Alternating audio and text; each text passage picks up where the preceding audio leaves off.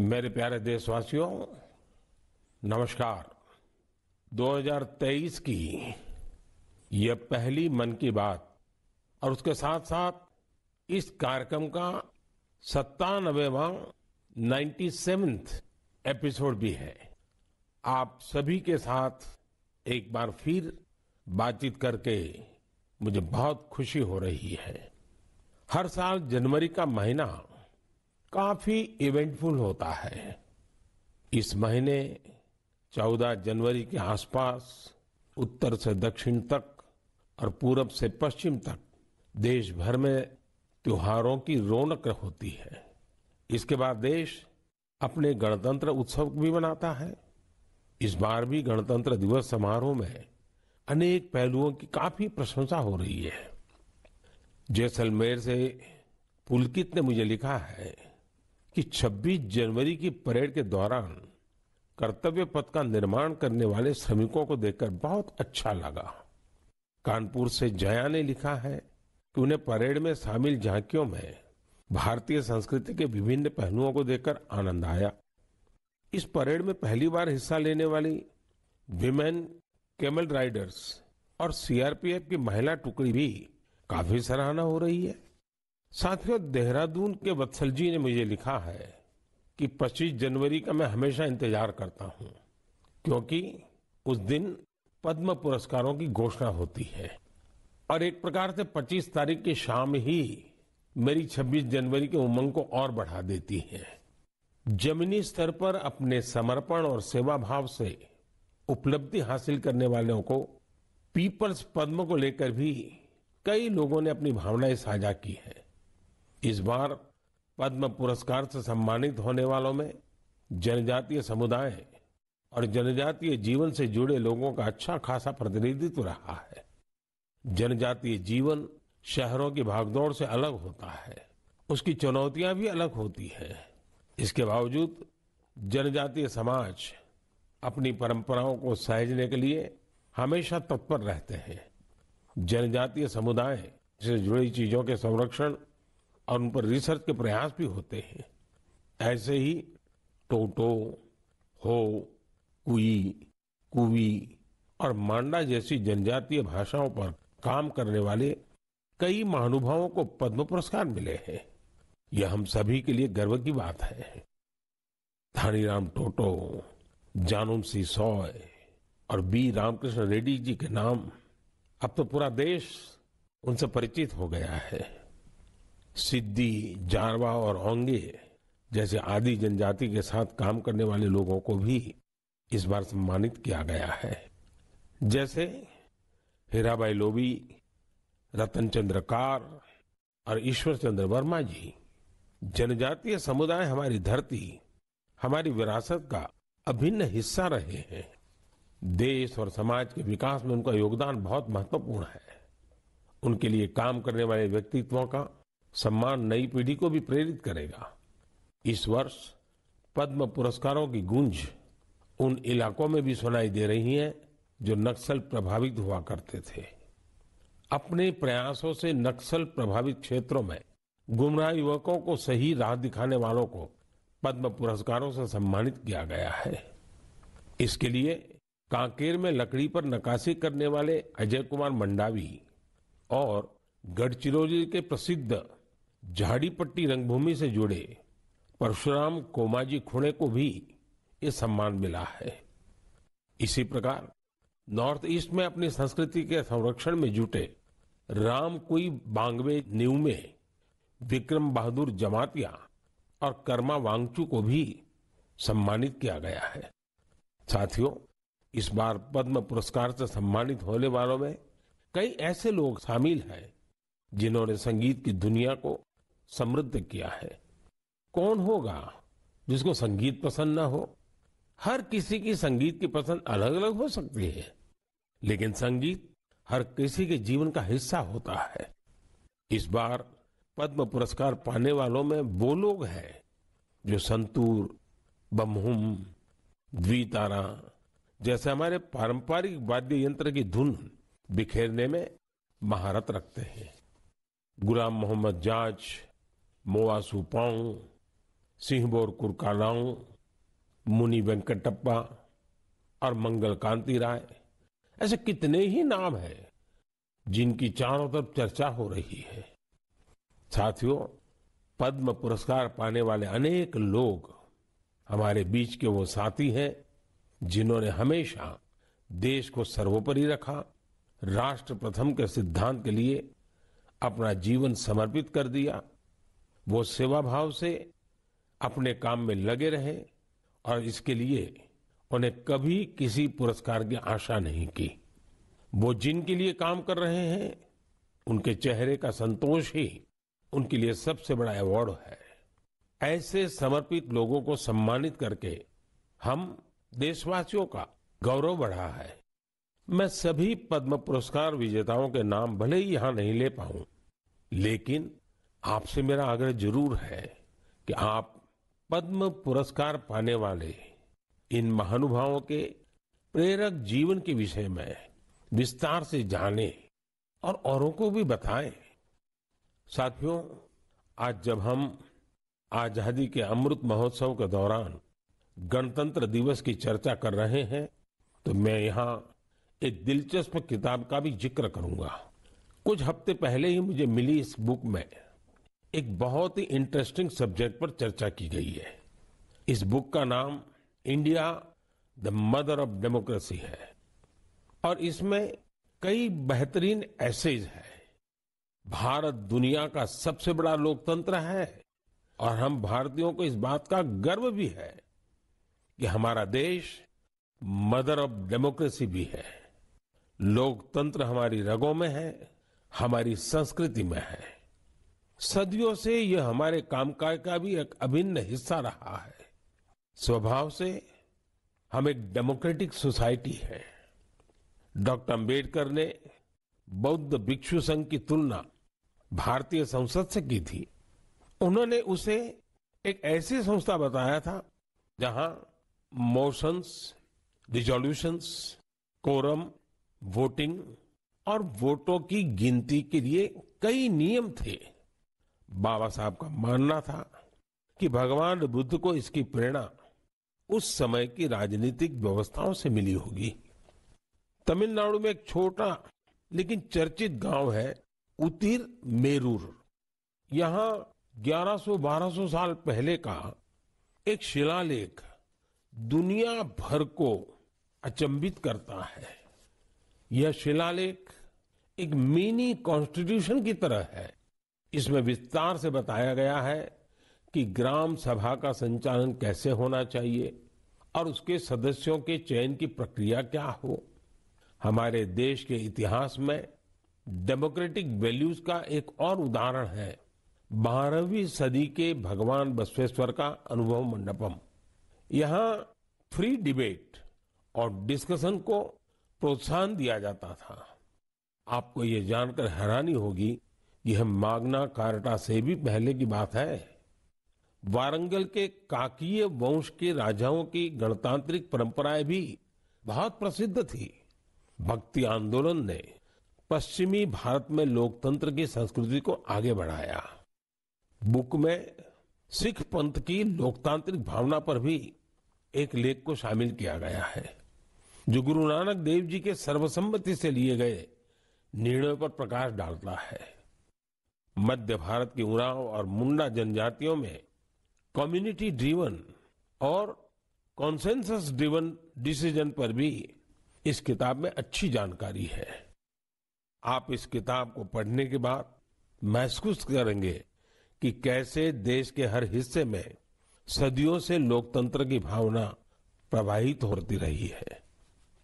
Mother of democracy के रूप में हमें निरंतर इस विषय का गहन चिंतन भी करना चाहिए, चर्चा भी करना चाहिए और दुनिया को अवगत भी कराना चाहिए। इससे देश में लोकतंत्र की भावना और प्रगाढ़ होगी। मेरे प्यारे देशवासियों, अगर मैं आपसे पूछूं कि योग दिवस और हमारे विभिन्न तरह के मोटे अनाजों मिलेट्स में क्या कॉमन है, तो आप सोचेंगे ये भी क्या तुलना हुई। अगर मैं आपसे कहूं कि दोनों में काफी कुछ कॉमन है, तो आप हैरान हो जाएंगे। दरअसल संयुक्त राष्ट्र ने इंटरनेशनल योगा डे और इंटरनेशनल ईयर ऑफ मिलेट्स दोनों का ही निर्णय भारत के प्रस्ताव के बाद लिया है। दूसरी बात ये कि योग भी स्वास्थ्य से जुड़ा है और मिलेट्स भी सेहत में महत्वपूर्ण भूमिका निभाता है। तीसरी बात और महत्वपूर्ण है, दोनों ही अभियानों में जन भागीदारी की वजह से क्रांति आ रही है। जिस तरह लोगों ने व्यापक स्तर पर सक्रिय भागीदारी करके योग और फिटनेस को अपने जीवन का हिस्सा बनाया है, उसी तरह मिलेट्स को भी लोग बड़े पैमाने पर अपना रहे हैं। लोग अब मिलेट्स को अपने खान पान का हिस्सा बना रहे हैं। इस बदलाव का बहुत बड़ा प्रभाव भी दिख रहा है। इससे एक तरफ वो छोटे किसान बहुत उत्साहित है जो पारंपरिक रूप से मिलेट्स का उत्पादन करते थे। वो इस बात से बहुत खुश है कि दुनिया अब मिलेट्स का महत्व समझने लगी है।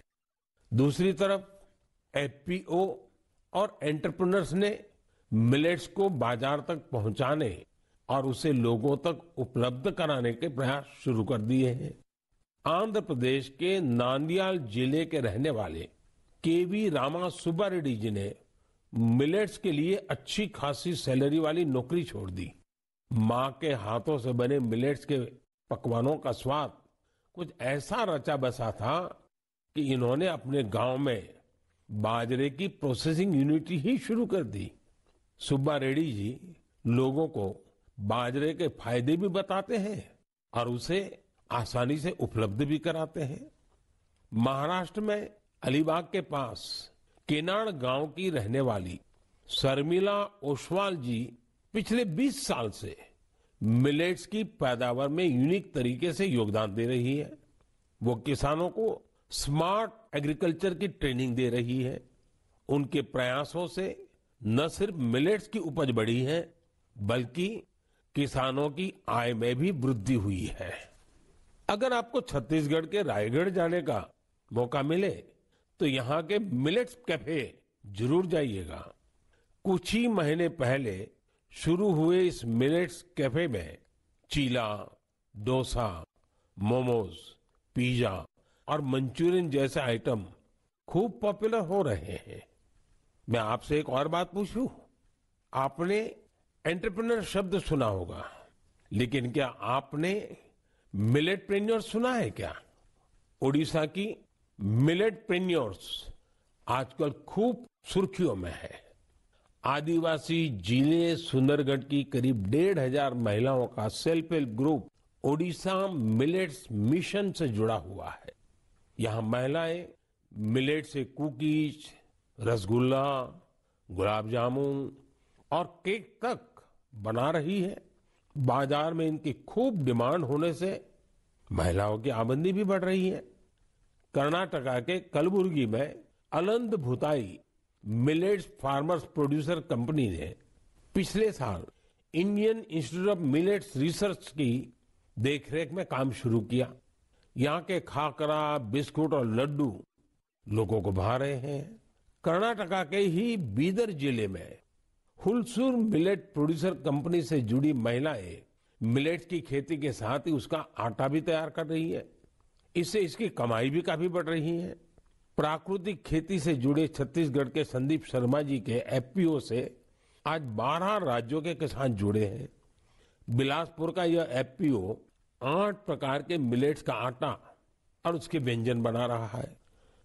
साथियों, आज हिंदुस्तान के कोने कोने में G20 की समिट्स लगातार चल रही है और मुझे खुशी है कि देश के हर कोने में जहां भी G20 की समिट हो रही है, मिलेट से बने पौष्टिक और स्वादिष्ट व्यंजन उसमें शामिल होते हैं।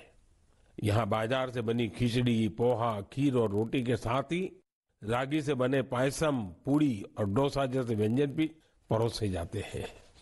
G20 के सभी वेन्यूज पर मिलेट एग्जीबिशन में मिलेट से बनी हेल्थ ड्रिंक, सीरियल्स और नूडल्स को शोकेस किया गया। दुनिया भर में इंडियन मिशंस भी इनकी लोकप्रियता बढ़ाने के लिए भरपूर प्रयास कर रहे हैं। आप कल्पना कर सकते हैं कि देश का ये प्रयास और दुनिया में बढ़ने वाली मिलेट्स की डिमांड हमारे छोटे किसानों को कितनी ताकत देने वाली है। मुझे देखकर भी अच्छा लगता है कि आज जितने तरह की नई नई चीजें मिलेट से बनने लगी हैं, वो युवा पीढ़ी को भी उतनी ही पसंद आ रही है। इंटरनेशनल ईयर ऑफ मिलेट्स की ऐसी शानदार शुरुआत के लिए और उसको लगातार आगे बढ़ाने के लिए मैं मन की बात के श्रोताओं को भी बधाई देता हूं। मेरे प्यारे देशवासियों, जब आपसे कोई टूरिस्ट हब गोवा की बात करता है तो आपके मन में क्या ख्याल आता है?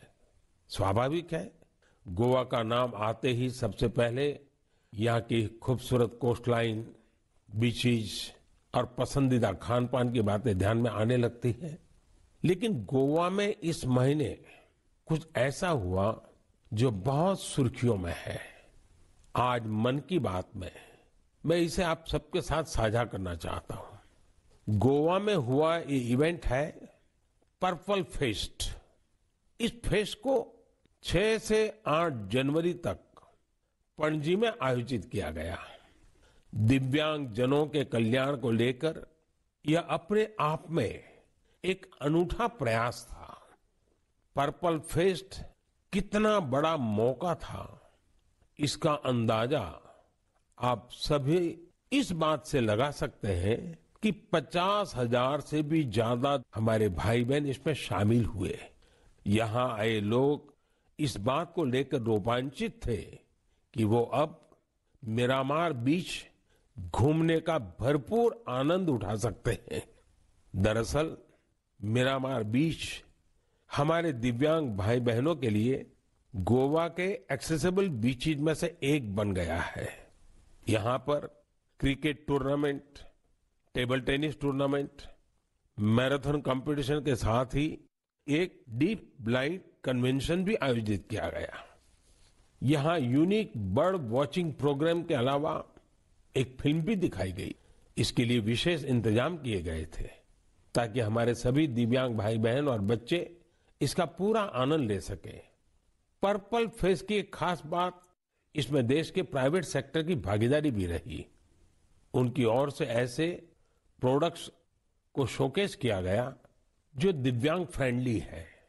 इस फेस्ट में दिव्यांग कल्याण के प्रति जागरूकता बढ़ाने के अनेक प्रयास देखे गए। पर्पल फेस्ट को सफल बनाने के लिए मैं इसमें हिस्सा लेने वाले सभी लोगों को बधाई देता हूं।